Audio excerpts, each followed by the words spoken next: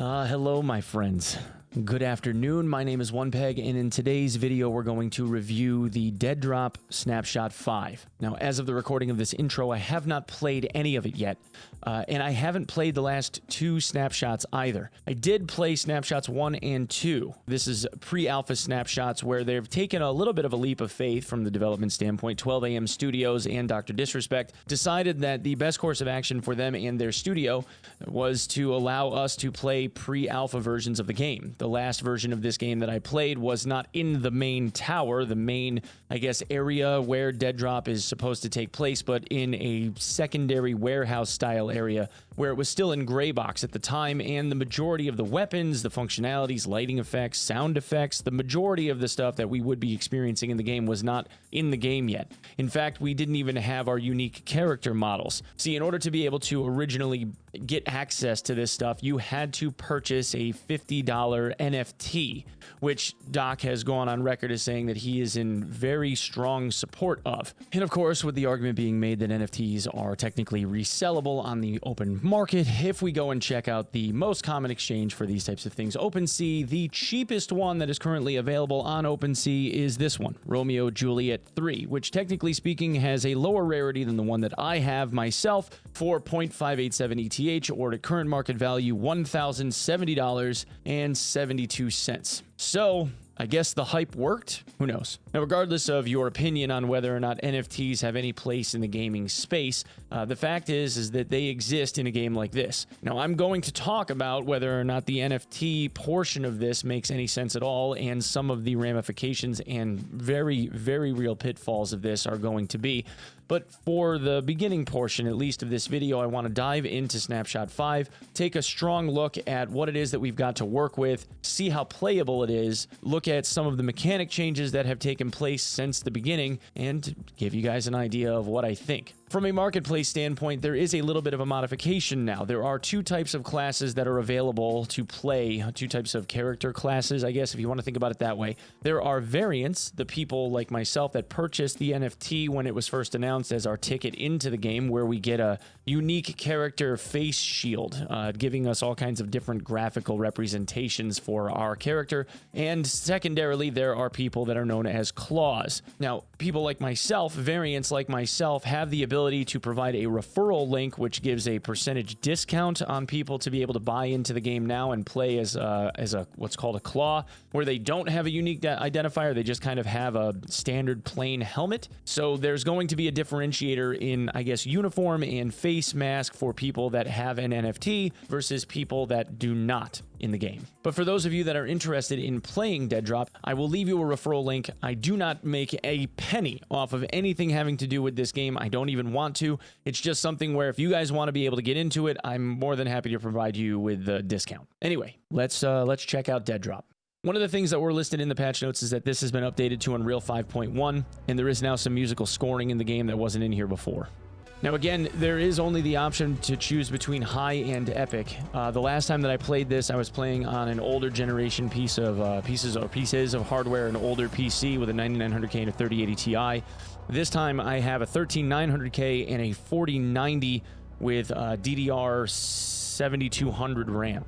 So it's going to be a little bit different. I'm going to try and put this on epic and see what the frame rates look like, but if it hurts, then we're going to switch it back to high, and I'll check the frames there. And there we can see my variant face shield, which is interesting, and I also have my quote-unquote variant uniform. Now, prior to this snapshot, the last one that I played, I loaded into like a garage, and there wasn't like a loadout screen where we have an actual inventory where I'm choosing what type of ammo I'm using and what type of weapons I get to carry in. Nor did I have the ability to like have bandages and whatnot. So this is all new for me. Also, it seems as though we get a weapon drop. So there was a screen that came up and I got to pick which type of weapon I wanted instead of having one of these set up ones in my inventory for me, which is kind of cool. And it seems as though there is no shooting range unless I can go to the shooting range. And there is like this info section, but I think it's just a concept screen. So it's just showing like a DeaDrop concepts image. Also, there's no car paint.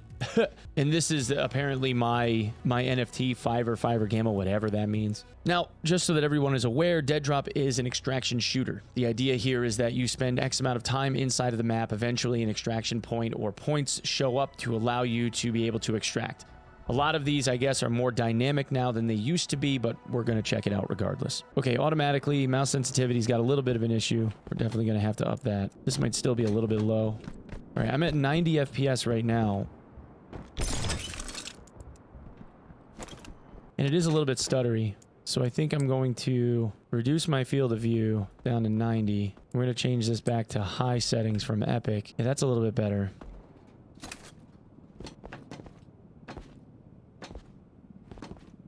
There is a little something strange here with like when the walking motion begins.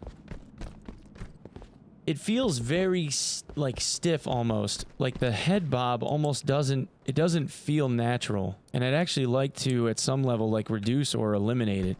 So tab shows my inventory. I picked up a light helmet. I do have an assault rifle option that uses AR ammo. Now this is different because this optic already looks different from what we had before. You can add attachments to the rifle, but it doesn't seem like it shows you exactly how. There is a laser attachment, but there is no laser being painted on the wall. And again, like I understand that this is an alpha. The freeze is rising. So this is the circle mechanic that pushes us out, apparently.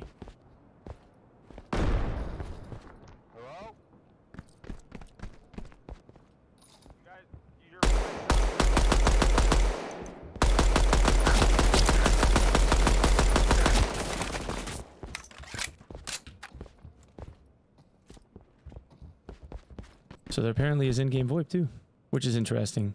Small backpack, pistol ammo.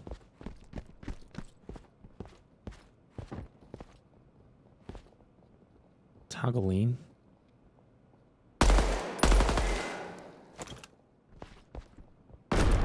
Nice shot.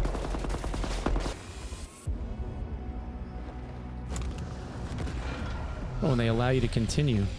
So you get a second life. Now this says the freeze is rising, and all of this looks wonky.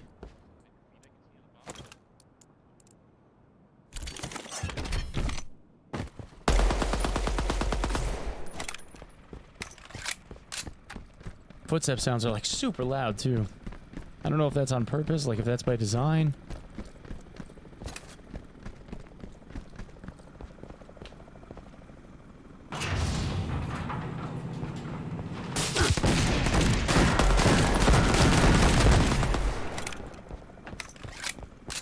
Not today, Chief. Oh, also, apparently, if I die, I have a dog tag of some kind on my on myself that allows people to identify who I am, at least by my variant tag. I don't think it has my username, but it does have like a variant tag. Hello? Hear me? What? Hear me? Hello? Hey, what's up, man?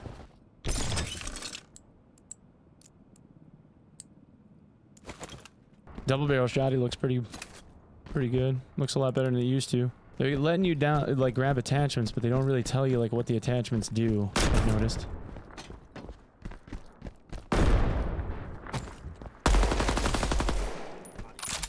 Jesus, bro.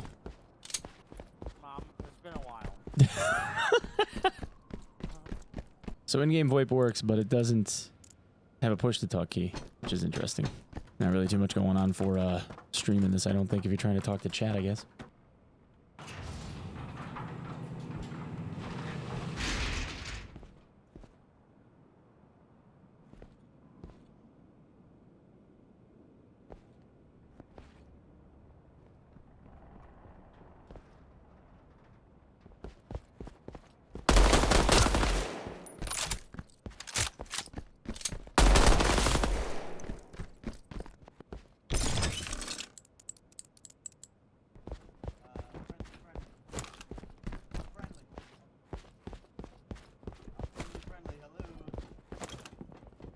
Hello. Hi. What's up, boys? Friendly, I'm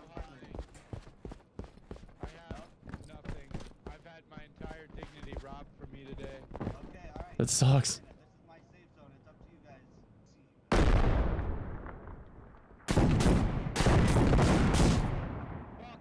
Fuck you, I hate You guys you. okay? Fuck this guy, I found him, no worries, boys. Where you guys at? This was the motherfucker right here. Everyone's safe now, don't worry, there's no need to fret. You got him? Yeah, here, come grab some loot, boys. Oh, damn, you really got him over the corner, didn't you? Good for you. Yeah, grab some shit. Grab some shit. Okay. Oh, dude, wow, he really did murder everyone, didn't he? Don't shoot me. Don't Yeah, shoot me. go I'm friendly. grab some loot, dude. You're fine. Settle down. Alright? Jesus, you're freaking out right now. Well, that's kind of cool. They push you toward the center, and then you got to take like the big elevator out if you got the big balls. Yeah. Jesus, giant kill box, man. It's wild. So your card has a different tag, Jeff. Oh, he's not even here. So I wonder what these are gonna do. Yeah, I don't know. Harder. I know that we have tags, and like people that like don't have the NFT shit don't have tags, but Yeah. yeah, it's weird. It's weird. I won't have time. I haven't bought the NFT. Yeah. Nope, you're a fucking homeless fuck like me. Hell yeah, boy! GG, fellas. GG. Your mom.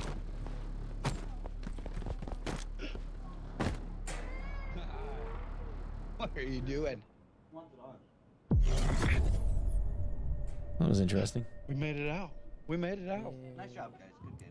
Okay, so the gameplay itself still feels really like the animations still feel really stiff. The variant face shield thing is kind of cool. I guess getting tags off of people's bodies is kind of cool. What's weird though is that we just had a run with a backpack full of stuff. I kept none of it. We didn't get any of it. And then the other thing that's kind of strange is that the entire play cycle of the last, I guess, snapshot that I played, you had the ability to like get a drop at the end of the round called the dead drop. If you were the last person left, there was a bag of gear that came up at the very tail end of all of the stuff that had been more or less left on the map. And if you were the final survivor, you had the ability to choose from that dead drop of gear. So in this case now it feels as though that's kind of been set to the wayside. Also, it doesn't seem like there's any valuable like lootables anymore. There's just kind of like weapons, ammo, armor, and that kind of stuff. But none of that was anything that I got to keep. Also, I'm not really sure exactly what the freezing gas or whatever issue is. I guess that's supposed to push you further and further up in the tower. Anyway, I guess I'll quit back out. I'll load back in and see if I have stuff, and if I don't, I guess I'll try another round. Okay, so apparently it was a bug, even though nothing showed up in my inventory. Now apparently it's all here. So I do have that. Now I understand. So you can loot spray paints that change the color of the car in the background. And it seems as though they've done away with the shooting range in the hideout to be able to play around with the different mechanics, which is unfortunate because that was kind of a cool aspect. Being able to like kind of work on stuff like that was nice. Also, the stash is small. That's probably by design. It doesn't seem there's any like way to inspect anything either, though. I will say that the armor does look like kind of out of place at the moment, as do the helmets. They really kind of need to work on the aesthetics of those. But we'll try. Obviously, it's still like a pre-release alpha. Again, I try to keep saying that it's an alpha. Shouldn't expect a whole lot. It does say that there's 1,000 slots in the stash, so maybe the stash just automatically expands as you, I don't know, get larger, I guess. I do like the dad shoes though. I'm a big fan of the dad kicks and the dad jeans. This is very like Dr. Lupo decided that he wanted to be a contestant on the Running Man game show from like the 1980s, that Arnold Schwarzenegger movie, the Running Man. It's given off a lot of those vibes.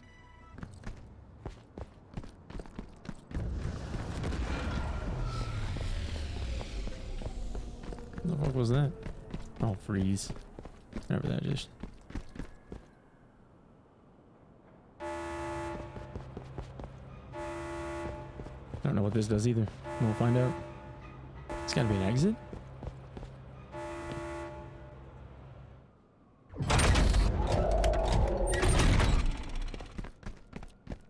It is an extract. Huh. Okay. So there's also hidden dynamic extractions located on the map too. Interesting. All right, so if you get lucky enough to find one, I suppose you can hit it, and there's like a, I don't know, felt like a 30-second timer where it kind of ramped up.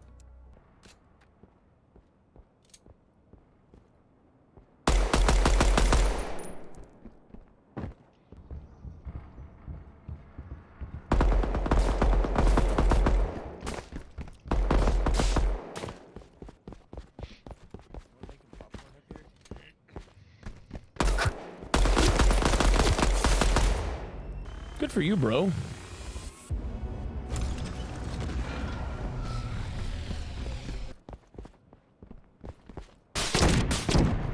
Okay. Dick.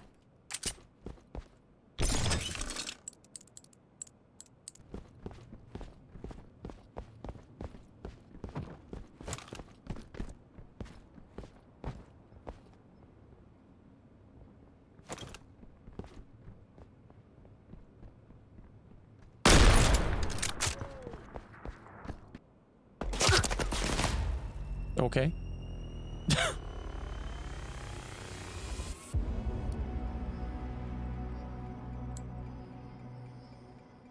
Okay, I see. So you get 3 lives. They let you respawn twice. All right, yeah. Cool. Let you get an opportunity to get back in there. Kind of neat. Okay, so final parting thought. Cool idea, cool implementation. I like the idea of the tower. I like the idea of having to play with verticality. The sniper rifle felt pretty good. The bullet travel time felt right-ish, but the running animation, the ADS animation, I noticed when you ADS, you have to ADS and then lean. You can't lean prior to aiming, which I thought was a little bit strange. Not having a push-to-talk key for enabling VoIP, like a toggle mute button even for VoIP enabling or disabling, was a little bit strange because you couldn't really talk through the match without like just having people listening to you talk about like stuff in the game that you like or don't like. But the weapon animations, the custom skin kind of stuff was kind of neat. I did like that a little bit. But on to the idea with the NFT argument. I do think it's kind of cool that if you were to buy into the game like at an early point in time, you're an early backer, you get a little bit of a cosmetic cool factor. The idea of having a custom tag or whatever that shows that you caught a variant, somebody that was a little bit different, a little bit set apart from the pack, I do think is kind of cool. Also, apparently the developers of the game also have their own like special version as a dev, which I again think is pretty cool. But there is a larger issue with the idea of like this NFT piece. See, the argument is in the world of NFTs when it comes to games that the IP that you're using at the time, whether it's cosmetic or otherwise, and I don't want to even delve into the pay-to-win stuff. That stuff is ridiculous. But on the NFT, like cosmetic side of things, the argument is, let's say 5, 7, 10 years down the line, there is a game that gets developed that allows you to use that same style of NFT in that future game. And while I do respect the ability for that to occur and this idea that they do retain some value and they could be bought and sold in a secondary marketplace, ideally, yes, in a perfect world, those kinds of things would be very, very cool. However, if you're going to try and venture outside of your own game studio for sharing NFTs in other places, I would not expect a game studio like 12 AM to end up having partnerships with EA or Ubisoft or any of these other larger companies to allow for sharing of these NFTs between game platforms. Also, there's this idea that they could have inherent value, and from what I've seen throughout history as NFTs came into their rise of popularity, it looked as though it was nothing more than either a scam or some type of pump and dump. With the purity of the idea of an NFT being proof that you own a piece of art that was created by an actual artist kind of being lost to the idea of,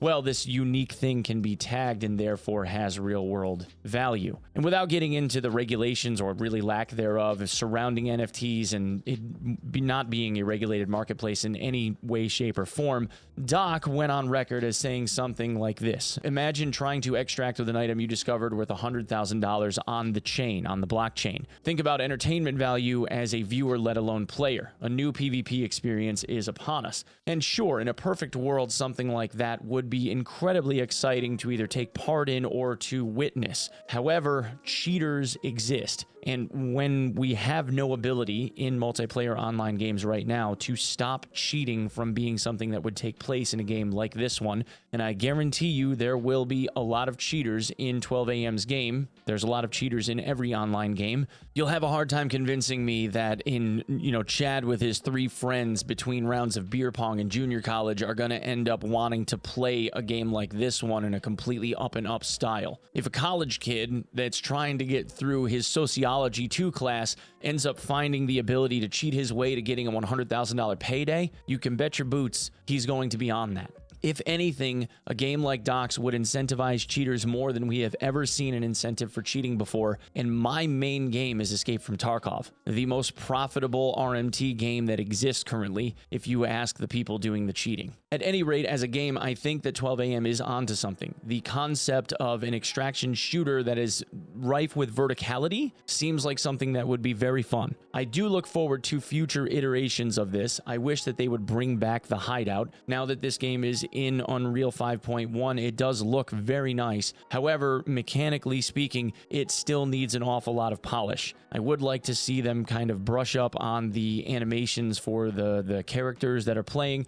There is an awful lot of strange, wonky kind of tech stuff going on with the ability to like jump, strafe, and ADS in the air and have absolutely no weapon sway or bob at all. And this idea of the reticle, if you sit still, just kind of like waiting, the passive reticle, the hipfire reticle going from something large down to a pinpoint accurate style reticle, dead center in the middle of the screen with no barrel sway. There needs to be some more variance to this for people to actually work on the skill ceiling kind of stuff, if you ask me, versus what really appears to be more like loot and scoot Doom at the moment. Anyway, guys, that's what I have for this one. Thanks so much for coming and checking it out. As always, you can follow me over at twitch.tv/Onepeg, where I stream every day around 6 to 7 a.m. Eastern Standard Time until whenever. Lately, we've been playing a lot of Diablo 4, but that goes away today, so tomorrow we'll probably be back at it with more Tarkov or DayZ. If you would be so kind as to follow me on my socials, at OnePegMG on Twitter, at OnePeg on TikTok, and if you would be so kind as to sub the channel here, I would very, very much appreciate it. Thank you guys so very much for 100,000 subs. I love y'all. Can't wait to see you in the next one. And until then, peace.